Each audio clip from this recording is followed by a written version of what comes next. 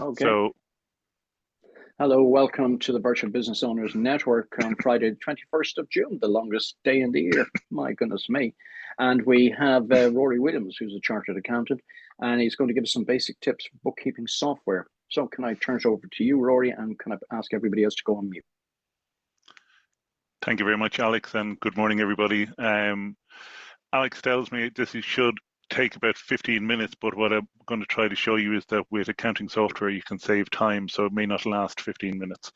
In terms of basic tips for software, I suppose the first thing to decide is if this actually works. Hold on, there we go. Hold on, give me one moment because the page is not going down for some reason. Alex, any idea why? It depends which button you're pressing. I'm pressing on my screen. It is showing, but on your screen, it is only showing. Oh, hold on. Maybe this is it. Hold on. There we go. Okay, so anybody who knows who this person is will be showing their age.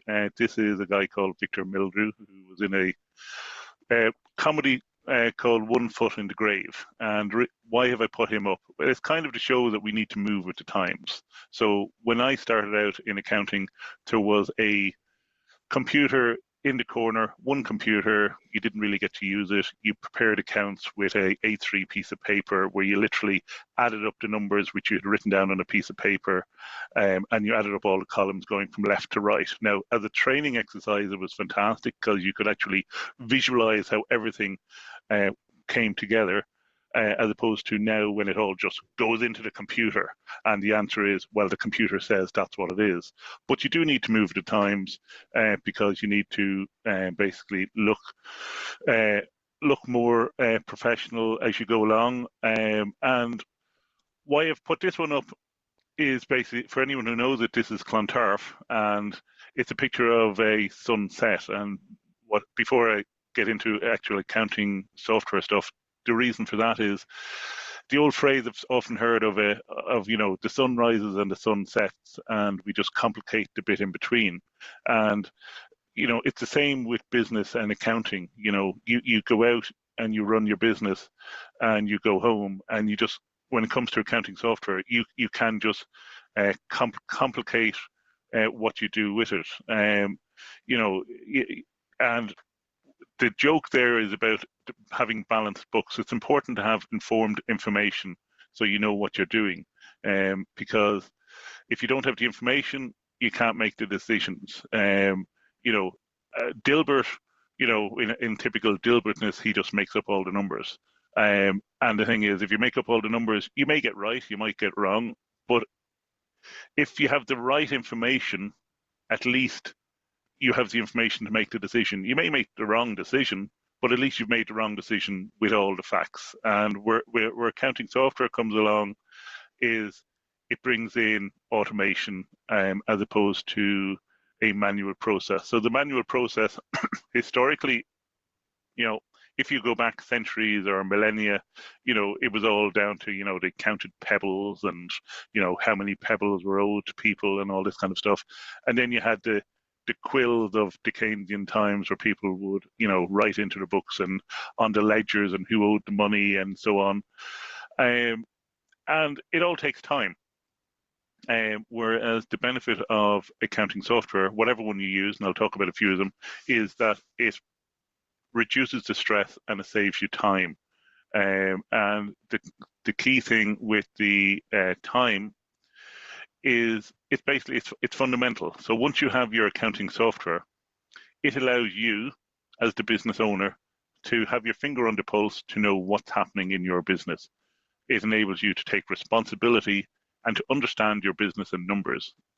You can't abdicate responsibility for your business. It's your business. You need to know how you are doing, when you're doing it, what's making money, what's not making money, because ultimately it affects you and what you do. So what's winning, what's losing, what's hurting the bottom line. And I mentioned there limited resources. The biggest limited resource in a business, for me, for example, or anybody in consulting, is time. So that's where, as you grow a business, you might leverage. But you need to know, you might say, oh, well, I like doing product X or service Y or whatever else. But if you can actually get a better return for your business doing a different service or a different product, and you're able to say, well, actually, I'm better off spending my time over here rather than over here. At least if you have proper accounting software, you can see how you're doing. I've had cases in the past where clients have broken down their businesses having put in the accounting software, and they have maybe a couple of products or a couple of divisions, and their pet project that they loved was actually the one that was losing them loads of money, and it was being supported by the other sort of divisions within their business. And they ultimately, might decide, well, either I'm going to not do that loss-making business, or I know it's loss-making, but it's my pet project and I love it, but I have made the informed decision. I don't mind making less money because it's what I want to do. Or alternatively, they'll say, what the hell am I doing that for? Shut it down, spend time on other things, and make more money by basically doing less. So you're going to hear me saying this loads of times. It's all about making informed decisions on real-time information. And by real-time, what I'm really talking about there is historically, you would be a business and it comes to the end of the year and you talk about, oh, I'm giving my books into my accountant. And it would be this like nearly procedure where this sort of box of records would be handed over to the accountant to sit in the corner for 2 months until you ring him up and say, how's my accounts going along? And he'd say, oh, they're nearly done, even though they hadn't been started. And then eventually you manage to extract a set of numbers, which you never really understood anyway, from him. And it would be 9 months later. And at that stage, it's prehistoric. It's not really going to help your business, what's happening today, because you're looking at historical information, some of which could be, a year and a half, 2 years old. Whereas with accounting software, if you do it right, it's real time. Like every day, more or less, I will go into Xero and I'll just have a look to see what's come in, what's gone out, a couple of clicks on the screen, 2 minutes, done, dusted. I immediately know how I'm doing, who owes me money, who I owe money to, or whatever else. And from this, you end up saving time, which is, and then this is a picture of, for anyone who is interested, it's a picture from the Santa Claus at North Pole. I went there last year with my kids, and that's the clock. But basically, you save time. Now, as a business person, you then say, okay, so the accounting software saves you time. And what are you going to do at that time? Number one, you could just relax. So I just threw this in 2 minutes ago for Evelyn. This is actually in Paris. This is Parc Monceau. It's one of my favorite places in the world to go and relax. And you could just say, okay, I've saved time. I'm going to relax. I'm going to play golf. I'm going to spend my time chasing my Pro V golf balls in the rough. You might say, I'm going to go on more holidays. You might say, actually, no, I've saved time. So now I'm going to work even harder and harder and make more money and keep going on your treadmill. But ultimately, it's your decision, but you've saved the time, because time is something we only have a limited resource from.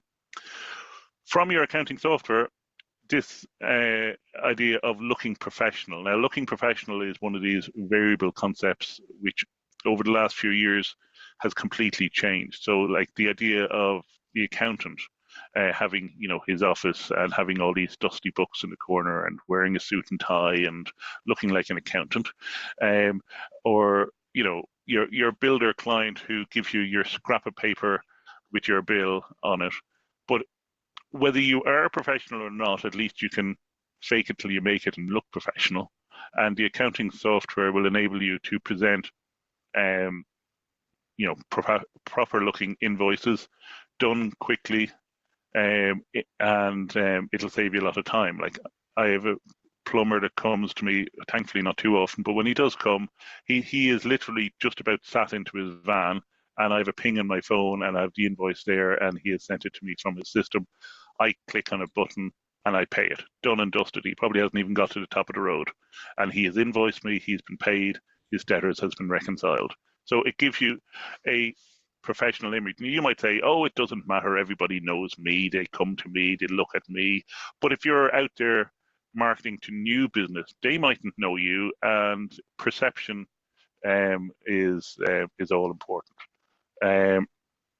If I go down to what does it actually end up doing for you? And as I said, save time. So you're going to hear me saying this again and again, saving time, and it ends up enabling you to make informed decisions. So there's so much you can automate. So the invoicing, for example, the recurring invoices. I used to, we do, for example, we do payroll for clients, and every month I would send them out an invoice for the payroll for May, the payroll for June, and it used to be a case that I would spend a day a month, doing the invoices. Now I don't spend 2 minutes. I've set them all up. It automatically goes out, and I have it that on a particular day in the month I select it. The invoices go out. They're gone. I don't even have to think about it. So it's a recurring invoice. It goes out, goes to the client, it goes email to them. I can see if they've read it, so they can't say and they never got it. It reduces the risk of error that, I forgot to bill somebody for April payroll because of whatever. It reduces errors of not having an invoice in compliance with what you have to have on the invoice.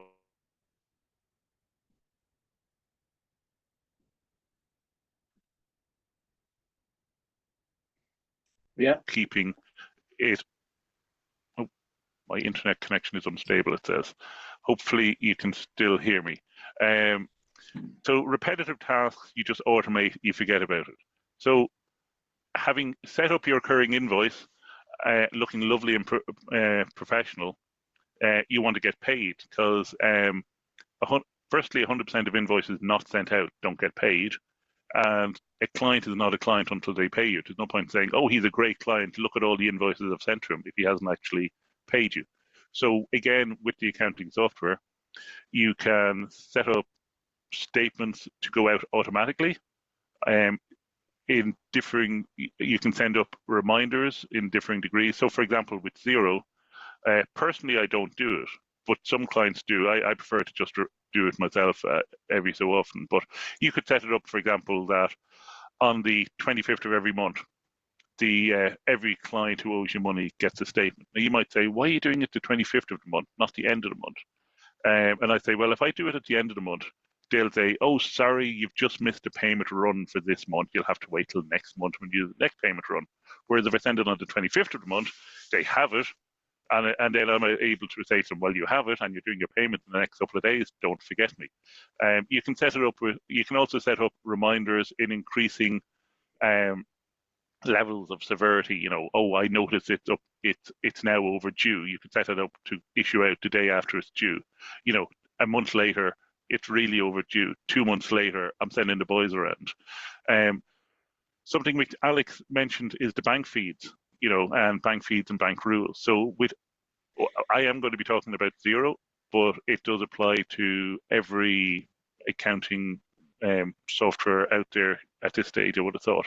So you can basically connect your bank to your accounting software. So when I go into my Xero today, it will have downloaded whatever transactions were for yesterday. So they're in there. It will have gone and looked through my debtors ledger and said, you got money in of X, and it'll have looked through the ledgers and said, there's one person that owes you X. Is that Joe Bloggs? And I'll literally just go, okay, done. It has now reconciled the bank, reconciled the debtor. There might be 3 people who owe me X. It'll say, is it one of these? And I'll go, it's this one. Click OK, done. You can set up rules automatically so that things will automatically happen. So you might say, well, every time through the direct debit on my bank account and it has this particular description, I want it to journal into this particular code in my accounting record. So people will often do that for the payment to revenue. So automatically payments to revenue get coded to PAYE or VAT, or maybe the bank charges automatically get coded. And it basically just keeps on saving you time. So then, as I said, you can generate reports from it, and again, real-time information, real-time decision-making. So if once you keep it up to date, and it does come slightly addictive, even for non-accountants, because you kind of want to have it all reconciled, but you can at a moment's notice know exactly who owes you money and who you owe money to. In terms of cash collection, For those who watch The Walking Dead, you might recognize Lucille, but you don't have to go down to that extreme for cash collection. You're able to connect in to methods of collection. So Stripe I mentioned and Go Cardless I mentioned. There are others as well. I tend to use those two. Stripe is a little bit more expensive. I don't mind using it for smaller invoices, but Go Cardless is fantastic where you have larger invoices because the fee is capped. It's capped to the extent that I couldn't even tell you what it is. And I kind of simply go, if it costs me, you know, €2, I think it's capped maybe €2. If it costs me €2 to collect an invoice of potentially, hopefully, a couple of thousand, I don't care. It's a cost of doing business, which is so insignificant, and it saves me time in cash collection. You can also, supposing you have a client that says, "Oh, I need to pay you, but I don't have the money," and you say, "Oh, that's fine, no problem. Listen, why don't we set it up and you can pay me off over 5 months?" And they go, "Oh, that's great. You're a fantastic accountant. You're very understanding." Again, with Go Cardless, I can go in and click a button once it's been set up and say, okay, we're going to collect this by 5 installments, click, done, and then it automatically comes out in 5 installments from their bank account. There's no awkward conversations about money. It happens in the background. You can just go on having your lovely working relationship with the client. Payroll software I mentioned because, again, bookkeeping is not just your invoices, it's also to do with payroll. And there's one thing for sure: if you don't pay your staff at the end of the month, again. Oh, sorry. Can you hear me now, Alex? Can you hear me? You can all hear me. Thumbs up. Yeah, I can hear you. Or is it just me? That's grand. Okay, you're back.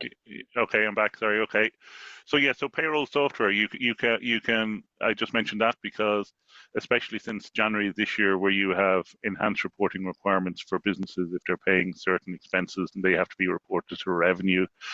With the accounting software, you can interlink it. So, for example, we use BrightPay for software, and we can send a journal from that directly into Xero for our clients. So again, it's all automated, it's integrated, and it saves time. I mentioned outsourcing purely because it's a case of everything going back to time and getting best bang for your buck. If you can outsource it and make more money in the time it would have cost you to do it, you're better off to outsource it. In terms of bookkeeping software, again, you're maintaining your records. It is a revenue requirement. They tend to be a bit picky about this occasionally. It also makes sure that VAT requirements for invoices are correct, because there are requirements to go on an invoice, especially if you're doing any reverse charging kind of stuff. So you can have your templates and it can be fine. And it enables you to, as I say, scan, organize, keep your receipts to look back. So if you say, oh, I need to change my printer, where did I get that printer before? In a couple of clicks, you can see where you bought it, how much you bought it. You can see your invoice, or you could have a folder for, say, for example, insurance renewals, and or you could be sending somebody an invoice, but you can attach to the invoice, either for the client to get or not for the client to get for you, but for you to have their backup information. So, for example, delivery dockets. So you have them there at a click's notice.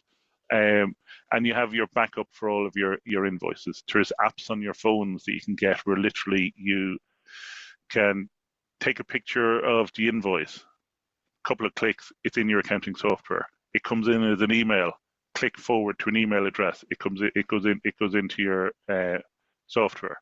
You can share your information. For whoever that is. So whether that's with your accountant, and I put this in a moment ago because Alex comment about the colleague he had who had a client who was using Xero but wasn't using the bank feeds, and I just meant to put this in here because just because somebody says they're accountant doesn't mean they are an accountant. An accountant is not a protected name. Anybody on this call could call themselves an accountant and set up in business. And what's scary about that is people wouldn't know. So if you could bluff it and create mayhem, So always make sure, the adage that Chartered Accountants Ireland always use is make sure your accountant is a chartered accountant. I just say make sure they're an accountant, and then at least you'll get the information that you want. So coming back to bookkeeping software, you can assign tasks. So you know, as a small business, you tend to start doing everything yourself, because you don't want to incur the cost and you want to keep going. But as you grow, you might have somebody helping you part-time. You can assign tasks. So maybe somebody is going to send the invoices out to the customers. Those are the ones that are not recurring, but ones you actually make bespoke. Record receipts, analyze credit cards. Again, the credit card analysis comes in automatically from the bank feeds. Employees' expense claims, you're having them doing the donkey work. You want to get paid for your expenses, fine. Submit your expenses through this app, and once it's in there, you look at it and go, yeah, that's fine, approve, click your button, it's in your accounting software. So all the time you're streamlining, you're making efficiencies, and you're automating, you're leveraging, you're saving time, and you're reducing errors. I know somebody mentioned that they use Excel, and this is where I'll come on to that in a moment with a comment on that. But ultimately, from the bookkeeping software, it's enabling you to understand your numbers, and as I mentioned before, to take responsibility, because it is your business. It enables you to pay attention to your accounts receivables and your debtors. It's no point in having a ballpark, oh, I think I'm owed about X, oh, I think Johnny or Mary owes me about Y. You know exactly what it is.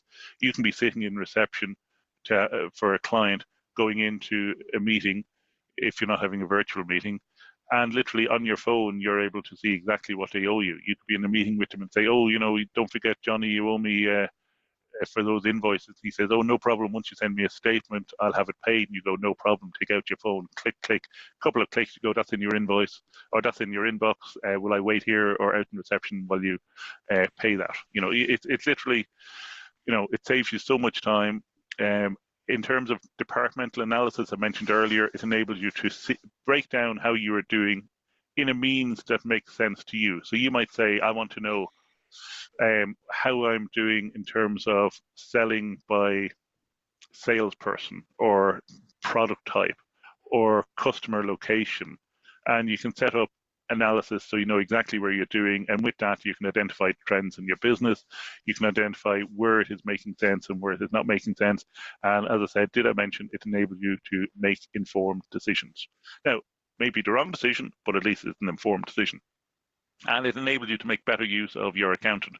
It may even save money on their fees, but obviously as an accountant I'd hope that wouldn't happen, but I prefer to think that it makes you make better use of their fees. So they're able to spend more time doing other stuff that may be of more benefit to you. That could be looking at your pensions, that could be looking at your exit retirement planning.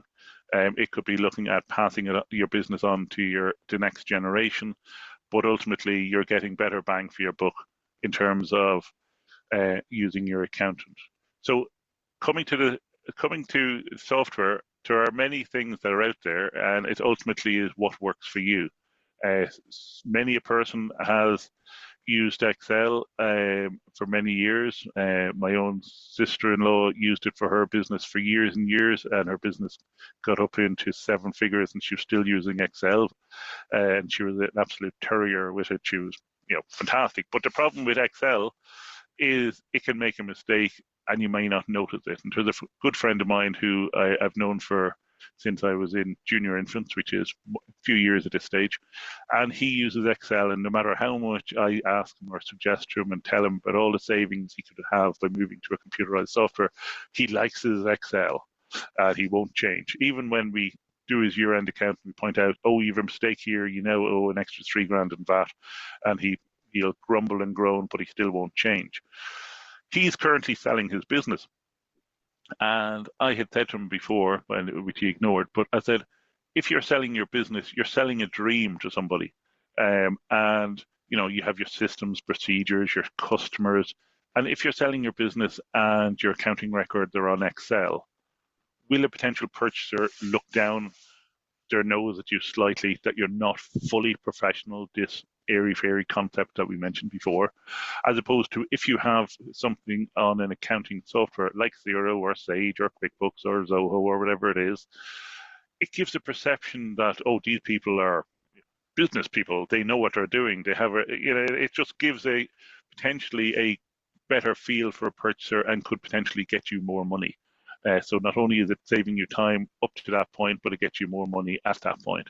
There are loads of accounting softwares out there. I took a simple view a few years ago of I could try to get into the nitty gritty of every single one of them, but clients won't pay me for it. So I'll just pick one. And I picked Xero. And why did I pick Xero? I used a completely unscientific approach of I met somebody I knew who was an accountant. He was a friend of my brother's, and he was just he had come from industry and he was starting out in practice, and he had said to me, "Oh, well, yeah, I'm using Xero. Pretty good." And I said, "All right, do you get much clients from it?" And he says, "Oh, yeah, we're getting about 50 clients a month from it." And I was there looking at him, going, "Oh, right, yeah." And he's going, "And would that be good? Would it?" And I'm going, "Yeah. That's not bad. That's not bad. Yeah." And note to self: look up what this Xero is, and that is literally how I started using Xero. And went back and had a look at it, and I find it very useful.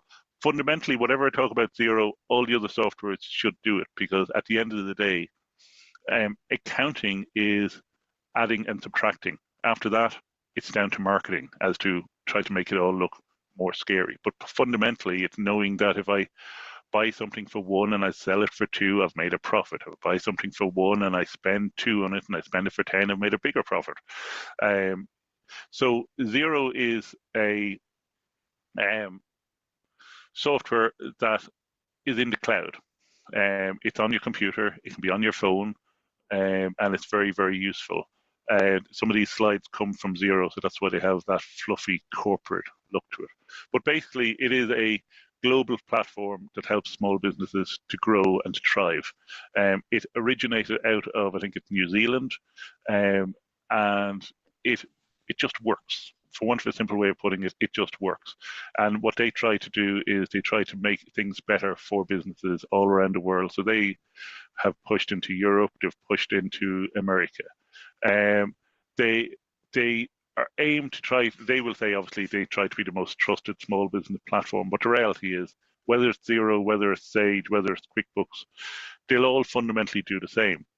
They even occasionally throw out things and make publicity for people, so you recognize a younger looking me, and basically it does help to build strong and trusting client relationships. Because for me, for example, I have clients who we're under Xero, they'll have a problem, we jump on a Teams call, we'll open up Xero, we'll talk through what the issue is, and it's done and dusted there and then.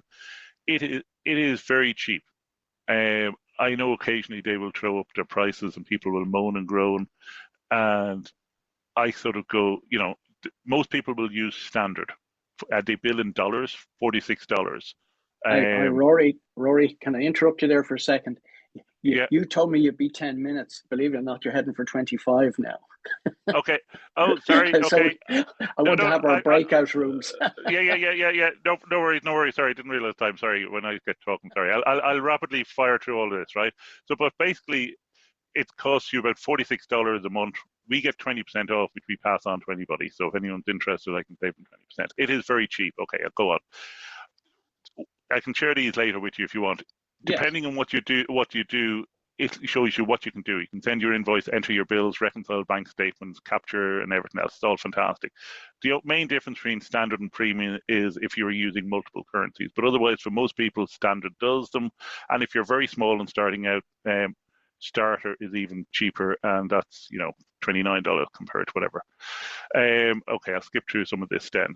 But fundamentally, it makes you make your decisions, make smarter decisions, so who do you owe money to? How much money is in the bank? Are we making money? And who owes us money? Fundamentally, for all businesses, big or small, that's what you want to know. And Xero or whatever accounting software will enable you to do it. It has backup there. It has learning webinars you can do if you want to do it, but it is fairly intuitive and useful. Great. It has apps. Sorry, I'll scroll. It has loads of apps that you can add into it so if you want to make more of it. So Stripe I've mentioned. Hooked Up, which is probably somewhere there, is one where it'll do character recognition and you basically suck in your invoices straight into the system. It goes into the fluffiness of various things. It supports the women's FIFA football. It has ZeroCon, where it has events around the world, which I always think is fantastic. They actually get people to pay them to come to events, to look at their software, and then go home and sell their software for them for free, which I think as a business is a great way to do it. But basically, and this probably comes down to nearly at the end, is nearly the main thing. Don't jump in. Don't just say, oh, I'll get Xero and I'll get working. Before you start using it, talk to your accountant and consider what you actually need. Xero comes with a chart of sorry, accounts. Rory, will you put your details in there so people can follow up, because I want to have a breakout room and we're running out of time. Yeah, I'll be about 30 seconds, Alex, right? So very quickly, you'll have a chart of accounts. You can tailor it as you want. Make sure you have it open by starting right. You can lock it down so you don't make mistakes. Bank feeds we mentioned. You can send it out to your clients, make sure their details are right. The banks we've mentioned. You can put limits on clients, so if they're not paying, you suddenly go, hold on, he's gone over his limit, I'm not doing any more. You can make sure your VAT rates are right. It helps for year-end VAT return and tradings. You can personalize the balance sheet and the P&L to give you the information as you want it. And that is it. I'll stop now. Thank you very much, Rory.